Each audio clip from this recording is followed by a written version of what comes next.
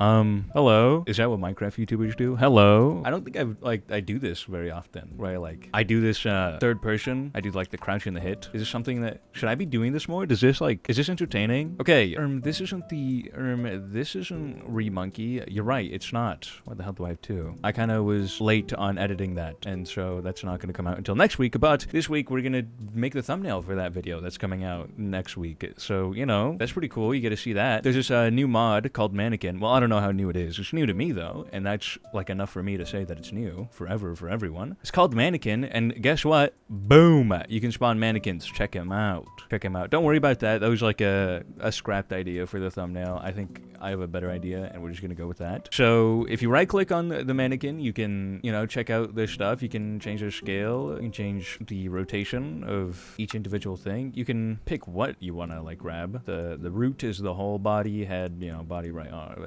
All the parts, all the awesome parts. We're basically posing. We're just posing little Lego men, and that's all we're doing. That's all it takes, and it's pretty awesome. And I know there's other mods like this, like NPC mod, but I feel like this one is closer to a Blender sort of thing. Cause check this out.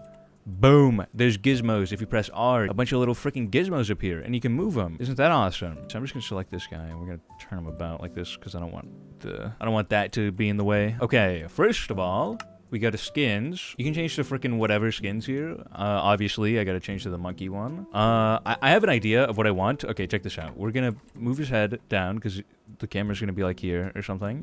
Maybe tilt his head a little bit. Arm is gonna be out a bit. Maybe move his head down more, I think. His head has to be down more. Rotate it a bit. Kind of like stepping back type beat or something. I don't know. This could be subject to change. And then we bring in another guy. Foomp. Check this out. New man. And this guy, we're gonna change his skin. Boom! A dwarf. But hold on, he's too big. Well, no freaking problem, no fear, because we can change his scale. Maybe down to like a, I don't know, 0.6. Is that enough? He's kind of small now. I don't know. And then we just pose him. We want him like here. We're gonna have him looking up. Curiously, even. I will say my only, I guess, problem with the gizmos and such and the rotation is that it's all global, right? Like, it's not local to the faces, the normals of each, like, a little piece. So, like, here, check out the rotation. The rotation's, like, weird. It's still sort of in the same position as it was when it was completely straight, but now it's not. So when you move it up and down, instead of going up and down, is, you know, going up and down relative to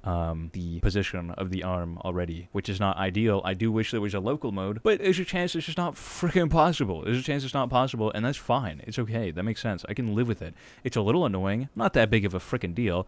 Anyways, okay, wait. I feel like I did a terrible job at explaining that because I'm just bad at explaining things. So I'm just going to show you real quick what I mean. In Blender, which is a thing that I use a good amount. Bring in a cube. Check him out, little cube guy. How awesome and cool he is. So you see how we're in a global rotation right now. So the axis of the rotations will always remain like this, no matter what. Even if we turn this guy to his freaking side, already you can see the axes haven't changed. So he's just kind of like all lopsided and weird, as opposed to in local mode, where when you turn him, boom, look, the axis changed because the axis is referring to the object itself rather than the global rotation. That's what it means. Local, the object, versus global, the world.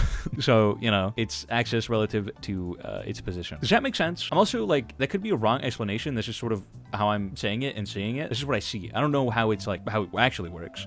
But that's just what I see and how I explain it, because that's what I see with my eyes. But yeah, that's what I was getting at. Okay, back to Minecraft. If we do Control-C, Control-V, oh yeah, we got another one. And this guy, check this out, we're gonna... mirror. Oh yeah.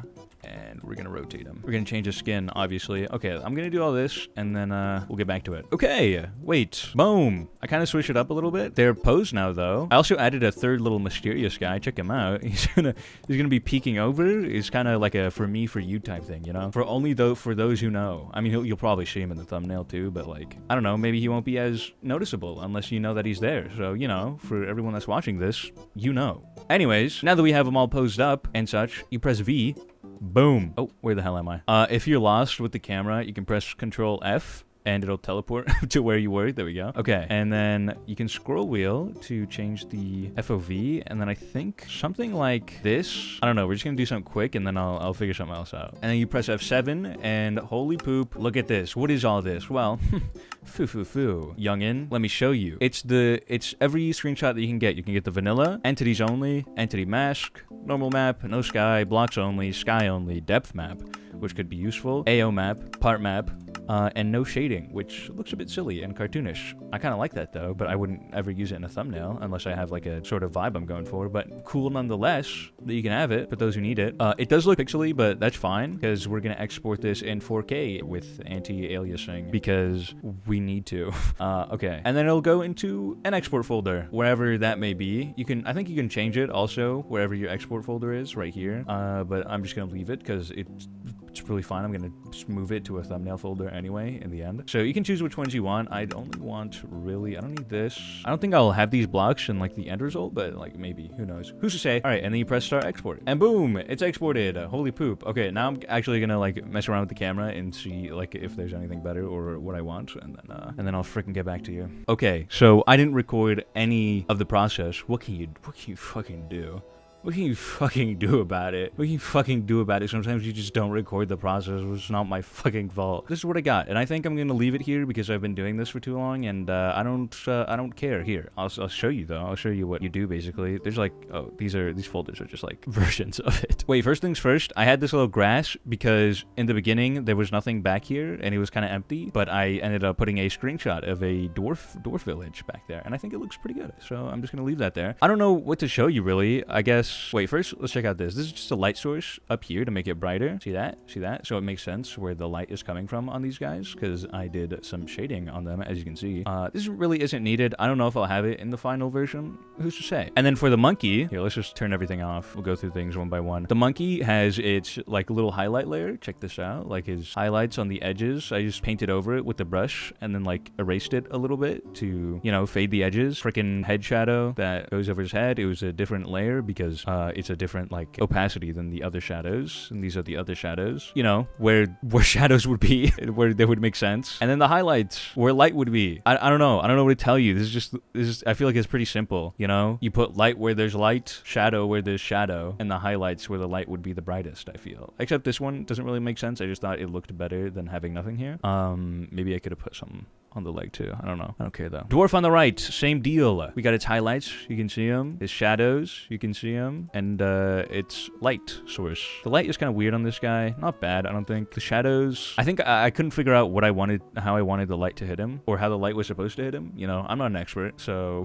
God forbid. Same guy, same deal over here. Just gonna show you the befores and afters of each thing so you can see how, like, because like alone it doesn't feel like a lot, you know. Like, this is the original image. You add the highlight, okay, what did that fucking do? Even you add the shadow, okay, I'm starting to see a fucking awesome here, and you add the highlights and you're like, wait a minute, it came together, it makes sense, I get why this happened, you know. And this is the guy in the back. Wait, the guy that's only for me and for you now. He doesn't really have any light because no light is hitting him. He only has a shadow, which is just his entire body covered in black with a lower opacity, and then just him. So that's sort of all. And then the background is just a super saturated dwarf village with a faded out Tensora logo, which, you know, all comes together and makes the thumbnail. Isn't that awesome? Okay, this is a throwaway video, low-key filler for the whole channel ever. I didn't know what to do. I was late. My bad. It's coming out in next week. So, you know, not my fault. Not my fault. Not my fault. Not my fault. It's not.